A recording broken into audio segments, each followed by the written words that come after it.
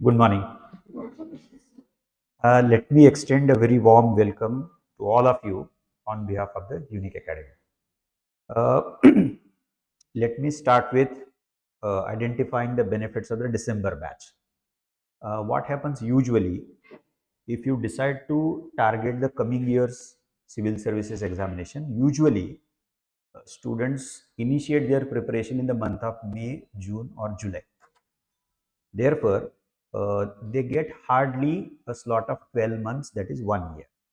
Now, what is going to happen in regard with you, that you are going to start from 4th of December 2023, and obviously your target, your goal happens to be not 24 civil services examination but 25. So the very first benefit happens to be you are going to get at least 17 to 18 full months.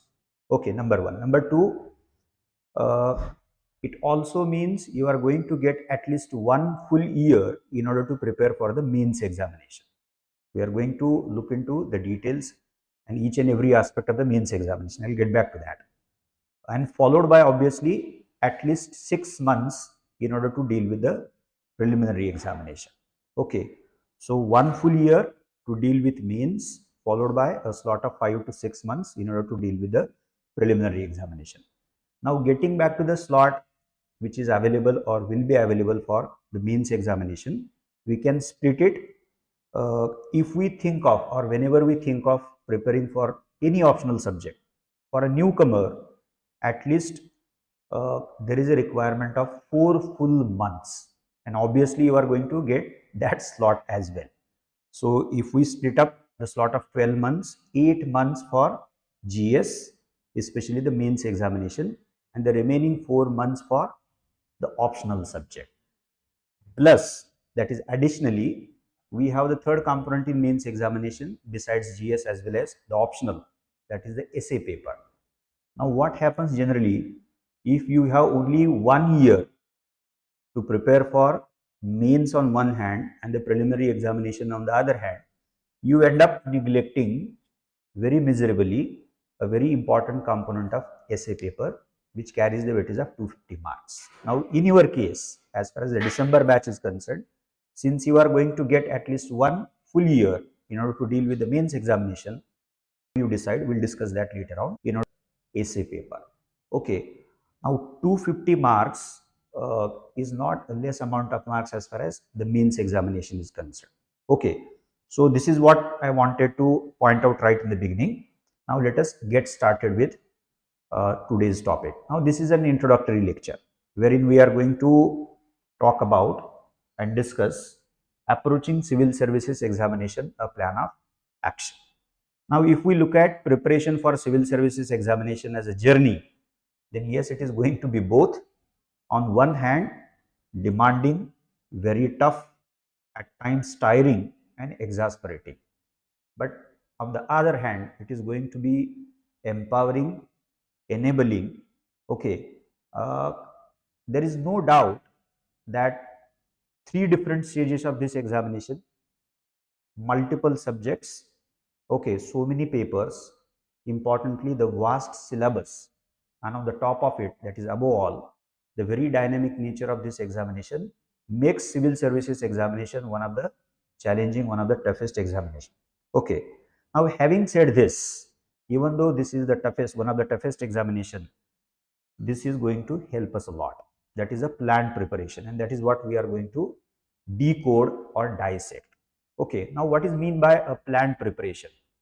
The very first requirement which emerges as part of a planned preparation, A, understanding, comprehending the nature of this examination.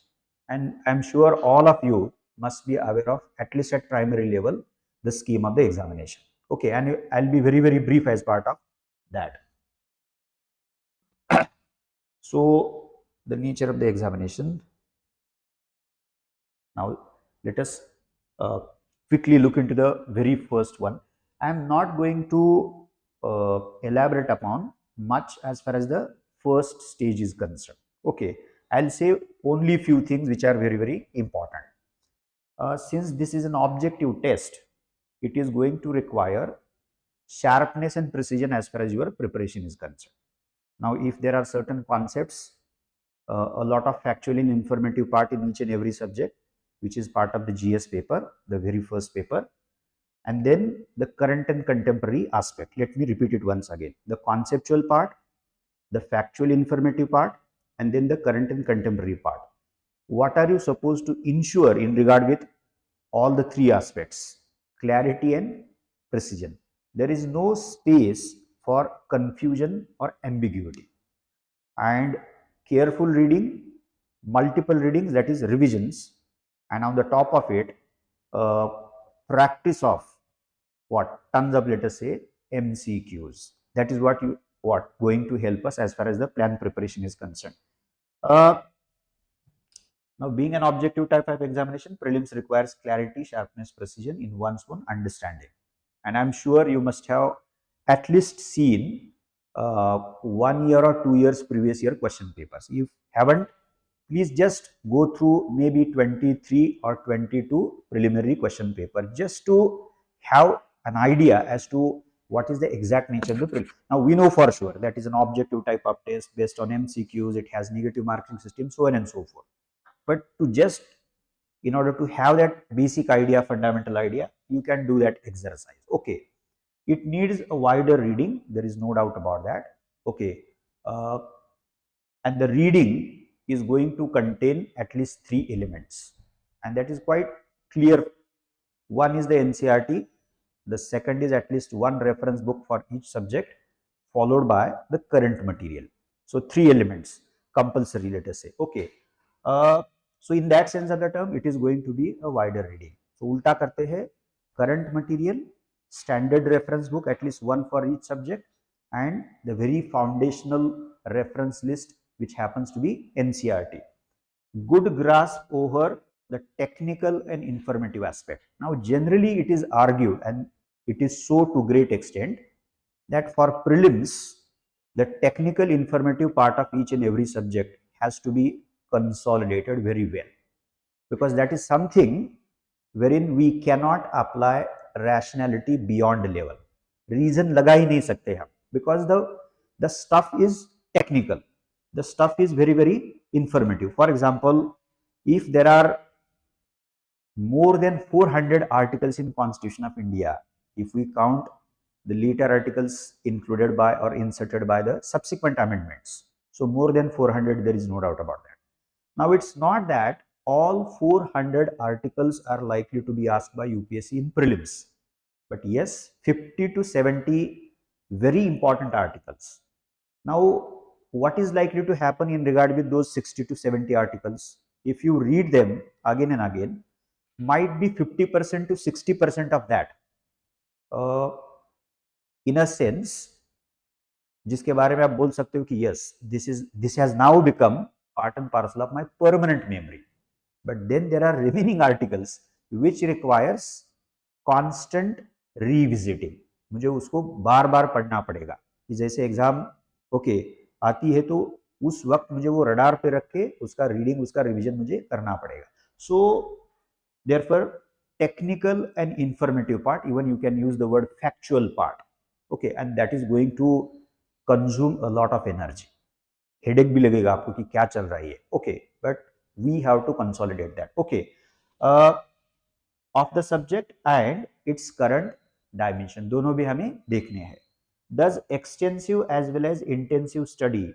Now, let us explain very briefly. Now, what is mean by extensive? Whatever is expected from you as part of the reading material. Again, I'll repeat it: NCERT, one standard reference book, and the current material. Okay, extensive, that is the meaning of extensive. Now, intensive means going deeper, being very reflective about reading something. Now, why do we need to read the same stuff for 3 times, 4 times, 5 times? Is the sole purpose to mug it up? Not at all. Okay, rather, whenever we make it a point to read something for the second and third time, we try to make better sense of the same thing. Now, if it is a factual part, then somebody would say that you have to mug it up, ratta marna hai mujhe. ऐसे बोलते हैं ना, तो वो ठीक है, factual part के बारे में हम कह सकते हैं, लेकिन जिसमें एक्सप्लेनेशन है, जिसमें कॉन्सेप्चुअल पार्ट है, जिसमें एनालिसिस है, तो दूसरी तीसरी बार जब हम कोई चीज पढ़ते हैं तो फिर समझ में आता है कि पहली दूसरी बार पढ़ते वक्त मुझे ये समझ में नहीं आया था, because while reading anything for the first or second time, a lot of energy is consumed in order to just make yourself easy and getting introduced to the subject which is at hand. Okay, that is what the peculiarity. So then what is going to help me out as far as the intensive reading is concerned? Read it again and again and apply one's own mind. Think a lot why this is so, how this is so, what are the consequences of the same, so on and so forth. Okay, study emerges as a prerequisite of this stage. Finally, now this is very important, revision and practice of maximum number of MCQs. Revision of the material, the micro notes, the points, so on and so forth. So how many revisions? It is very difficult to put a number. Maybe 5, maybe 6, maybe 7, maybe 10, but not the reference material in entirety. Because whenever we read something for the first time, we do make it a point to underline important thing. When we start reading the same thing for the second time, maybe you can use highlighter. And then if you read the same stuff for the third time, that is required, then you can think of making micro notes. Okay, initially micro notes are likely to be slightly detailed, and let it be, don't be worried about that. शुरू में तो वो होने वाला है, लेकिन eventually you would develop the ability to make what micro notes as are expected, and then the subsequent reading, maybe 4th, 5th, 6th, 7th, would be the revision not of the original book page to page, but rather it would be revision of the micro notes. So do not be worried about 7th, 8th, 9th, 10th reading or revision. That is what you are going to do, not of the original book in detail, but the micro notes. So revision is going to play a very critical part, and practice of maximum MCQs. When it comes to preliminary examination, right in the beginning I did refer to those two words, sharpness and precision. You have to be very, very sharp when it comes to understanding concept. Say for example, we are a federal democracy. Okay, we have federalism as part of our democratic system. Now what is federalism? All of us must have studied that and do study that as part of the civics, at least till 10th. So federalism basically is an arrangement of governmental apparatus where we have at least two levels of government. So in our case, we have one general level of government, which is also known as the union government, and the other level next, this is a very basic thing. Okay, all of us are well aware of that. So the second level happens to be the state. Okay, fine, number one. Now these levels are not created by the union government or by the central government, but rather the provision about the two levels is right there in the Constitution of India. So constitutionally created two levels of government. That is the first prerequisite or salient feature of federalism. Then constitutionally provided division of power between two levels. So we have seventh list, you would study that, which contains, okay, sorry, seventh schedule, which contains three lists, union list, then the state list, and the concurrent list. You will study this, don't worry about that. Now, the seventh schedule of Constitution of India with three lists, simply speaking, is nothing but the way in which power is divided between the union government on one hand and the state government at second level of Indian federalism on the other hand. Okay, now having said this, you would subsequently come to know that there are certain scholars who argue, who deeply believe that Indian federalism is not fully federal political system. There are certain features which make those scholars to describe Indian federalism as a half federal polity, quasi federal. We have a scholar KC Weir. We have to make, now what makes KC Weir to say so? what are those features of Constitution of India or federal polity which make scholars such as KC Weir to describe or use that word quasi federal. ये fully federal नहीं है, ये आधा ही federal है. अब Granville Austin, who happens to be a very well known authority as far as Constitution of India is concerned, he described Indian Constitution, sorry, federalism. उन्होंने constitution के बारे में भी लिखा है. कॉन्स्टिट्यूशन के बारे में उन्होंने एक शब्द इस्तेमाल किया है, and we are going to study that. According to Granville Austin, constitution of India above all is a social document. Now generally we look at any constitution as a legal document and as a political document, but hardly we look at any constitution, okay, as a social document. But that is what argued by Granville Austin. We'll look into that later on. The same Granville Austin, while describing the frame of Indian federalism, the type of Indian federalism, used a very interesting word, and that is asked by UPSC number of times, and the word is cooperative federalism. अब केसी wear बोलते हैं quasi federal है, वो आधा ही federal है, whereas scholars like Granville Austin come up with altogether a different argument and argue that look, this is a cooperative federalism. So sharpness has to be there as far as the concepts are concerned. तो federal का मतलब क्या है, half federal का मतलब, quasi federal का मतलब क्या है, कोऑपरेटिव फेडरलिज्म का मतलब क्या है. Now 91 onwards, now 91 is going to be a reference point for all of us, especially the Indian people, for the Indian state, because in the same year, in the year 91, we adopted LPG. We opened up our economy, liberalization, privatization and globalization. Earlier, from roughly speaking 50 to 90, we had mixed economic model as a model of development, wherein substantial role was given to the Indian state, the public sector. There was private sector, but a very little role, small role, marginal role was given to the private sector. So it was a mixed economy with predominance of the public sector and a minuscule role to private sector.